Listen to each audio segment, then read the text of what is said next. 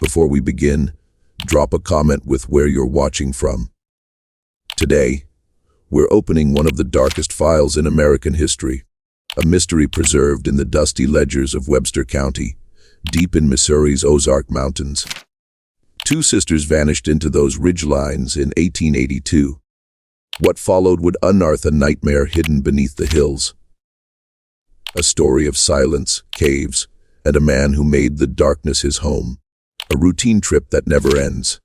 America was still stitching itself together after the Civil War. In the Ozarks, life meant distance.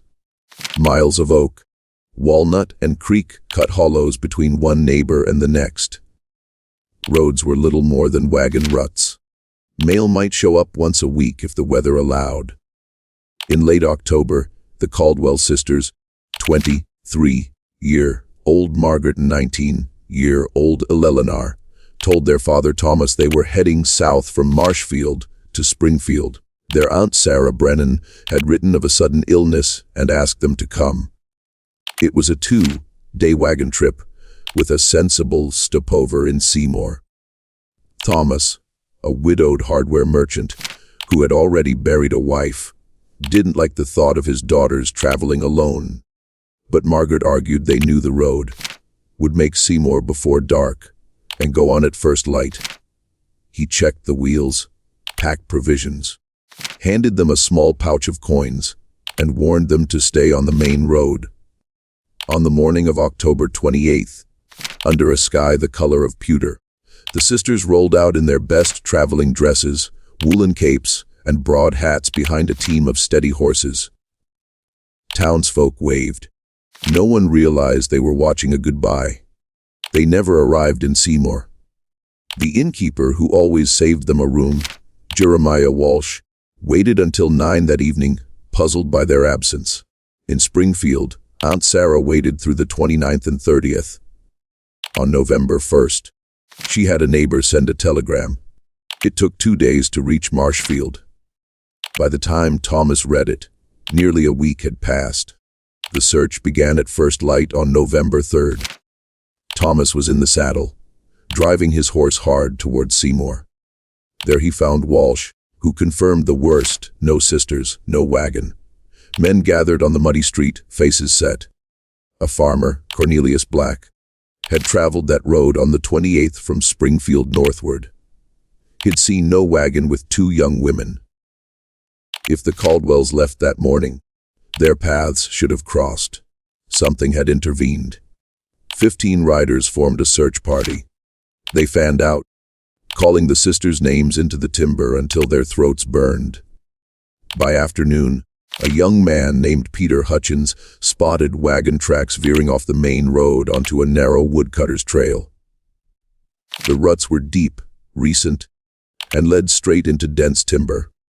The men followed. They found the wagon overturned in a shadowed clearing. One wheel wrenched off, frame splintered, provisions scattered. The horses were gone, traces cut. Elellanar's cloak was snagged and torn in the brush. Margaret's shoe lay half, buried in mud. The money pouch lay emptied. No blood, no bodies. Only the wrongness of a scene that spoke of force, without any trace of where the girls had gone. That evening, someone mentioned an old hermit's cabin farther along a faint spur, a place folks avoided, wrapped in idle stories that until that day sounded like superstition. It was the only lead they had, the cabin. They pushed through heavy timber to the collapsed structure. Fresh boot prints, large and heavy, circled the doorway.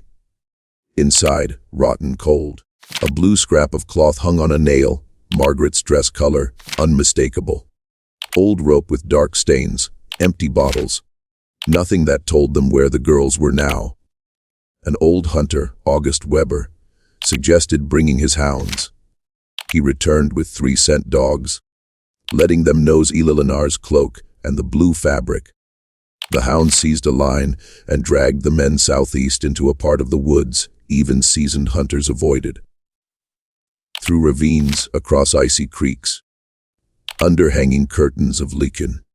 Then suddenly the dogs balked at a narrow valley with a black stream, twisting through mossy rock. They whined and refused to go farther. On the opposite bank, drag marks cut through the mud and disappeared into a limestone wall broken by fissures, cave mouths, into the mountain. Caves in the Ozarks are mazes, tight passages, dead air, and galleries where a man can get turned around and never see daylight again. But the sisters might be alive, and that was enough. Thomas, Cornelius, and a few others squeezed into the narrowest opening. Water dripped. Cold breathed out of the rock. Their lanterns threw frail cones of yellow against slick walls. The tunnel forked, then forked again. Thomas followed the scuffed gravel, where feet had worn a path. Then his light found something soft among the stones, Elellanar's prayer book, the one with her name inscribed by their mother. They pressed on into a chamber studded with dripping teeth of stone. A dead fire lay cold in the center. On one wall, tallies bundles of 5, then 5 more. 60, 3 days marked into the limestone. Not new, not from this week. In a shadowed corner lay a heap of belongings, clothes, shoes, hats, a broken, lensed spectacles, a silver brooch with initials, a stopped pocket watch, and at the bottom, a yellowed wedding dress spattered brown. This wasn't a single crime. This was a harvest. A throaty, low voice answered Thomas' call. Help. They found a second chamber, lit by a thin blade of daylight, leaking through a crack overhead. A woman huddled against the far wall, barefoot, bruised, eyes blown wide by fear. Not Margaret. Not Elellanar. She flinched at the light and then whispered, "He comes back. We can't stay." Chains were set into the rock. One cuff hung open, scoured by frantic hands. The other held a cold, bruised ankle. There, behind a jut of stone, Thomas found Margaret, limp and chained, a bloody cut at her hairline. They broke the rusted link and lifted her free. The unknown woman rasped. The younger one, she was taken deeper. To the underground river. 2 or 3 days passed. The river always takes. Thomas handed Margaret to Black and turned for the dark tunnel the woman had indicated. Hutchins went with him. The river chamber. The descent grew steeper, the air wetter, the roar louder, until the tunnel opened into a cavern so big their lights could not reach the far walls. A black river beat itself to foam against hidden stone. Torches jammed into cracks painted the cave in flickering orange. A man bent over a body. He was broad, filthy, bearded, and moving with the terrible efficiency of someone who had done the same tasks many times. On the stone beside him lay Elellanar, bound and motionless. Thomas charged. The man turned, a pale mask of fanatic intensity, and smiled. He moved fast, tossing Thomas aside like a sack. Hutchins tore a torch from the wall and slammed it across the man's back. Flames licked his oiled coat, but he hardly seemed to feel them.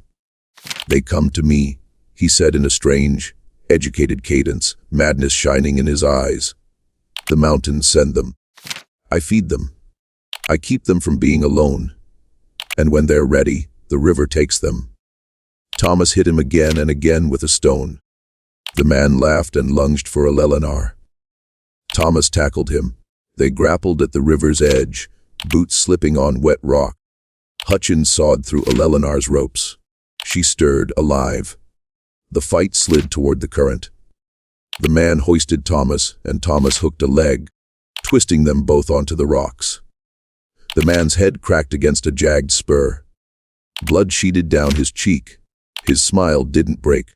"The river always takes," he whispered, and grabbed Thomas' coat for one last pull. Thomas clawed at a rock and held. The man's fingers lost their strength. The river gripped him, and in a blink, he was gone, drawn into the black throat of the cave. The rescue. They freed Elellanar and found 2 more women in crude cages, one lucid enough to stand with help, one unconscious and fevered. Hutchins sprinted back to summon the others, while Thomas wrapped his daughter in his coat and waited in the damp cold, counting her breaths. By dusk, a line of men threaded back through the tunnels, carrying the living on makeshift litters. They emerged to a bleeding sunset. At Walsh boarding house in Seymour, lamps burned through the night as Dr. William Garrett treated gashes, infections, starvation, and shock. Margaret's concussion would heal. Ellenar's feet were torn, her body dehydrated, but she would live. The two other women were worse. One slipped away days later, buried as an unknown beneath a simple stone. The lucid survivor gave her name, Catherine Morton of Indiana. She and her husband had been traveling to Arkansas in June. He was murdered at a campsite. She was dragged into the mountain and kept alive on roots and scraps. She watched others arrive and go to the river. A monster without a name. Sheriff Edmund Price organized a formal expedition. For 3 days, teams mapped the caves, cataloged artifacts, and sealed passages. On their way out, they found more holding rooms with tallies clawed into stone. A living space with tacked-up shelves, stolen provisions, and mildewed books, including a Bible annotated with tight, frantic handwriting that braided scripture with private prophecy. Purification. Sacrifice. The river's judgment. They never found the man's body. The river had taken him too. Over the next weeks, churches were turned into ad hoc identification halls.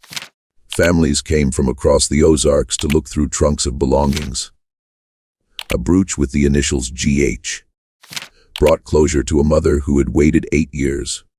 A pocket watch cleared a groom-to-be who had lived under suspicion since 1877. The yellow wedding dress belonged to Elizabeth Whitmore, missing since 1868. Item by item, grief found names. Sheriff Price's final report in January 1883 linked 23 confirmed disappearances to the cave through physical evidence, with 15 more listed as probable. A St. Louis bone expert counted remains from at least a dozen victims. The true number, Price wrote, was likely higher. In the Ozarks, many vanishings were never reported at all. In February, work crews blasted and choked the cave mouths with rock. One small entrance was left barred and posted as a warning. Time and ivy swallowed even that. Aftermath. Marshfield lived under a new caution. Inns filled. Families insisted on escorts. The road that once felt lonely began to feel watched. The Caldwells tried to heal. Aunt Sarah recovered and moved to be near them. Margaret married a quiet widower and mothered his 2 children, and later her own, never letting them travel alone. Elellanar chose the classroom over marriage, teaching girls and writing private journals no one would ever read. Catherine Morton was taken home to Indiana, her mind shattered like glass. She died at 34, whispering about a river. Thomas sold the hardware store in 1885, moved north, and kept working with his hands in a quieter town. He died in 1912, thanking God for the years he got back. Margaret passed in 1941, Elellanar in 1947.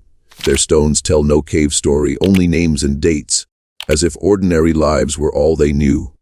The legend mutated, as legends do, into red-eyed giants and witches and vengeful spirits. The truth was uglier and simpler. A single human being, broken in mind, who chose evil and built a kingdom of control in the dark. Why we remember today. The official files sit yellowed in state archives. The sealed entrances are lost under brush and time.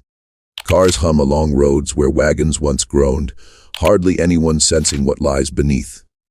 But memory is a duty. We remember Margaret and Elellanar, who lived. We remember Catherine, the unknown red-haired woman, and the dozens more whose belongings spoke when they could not.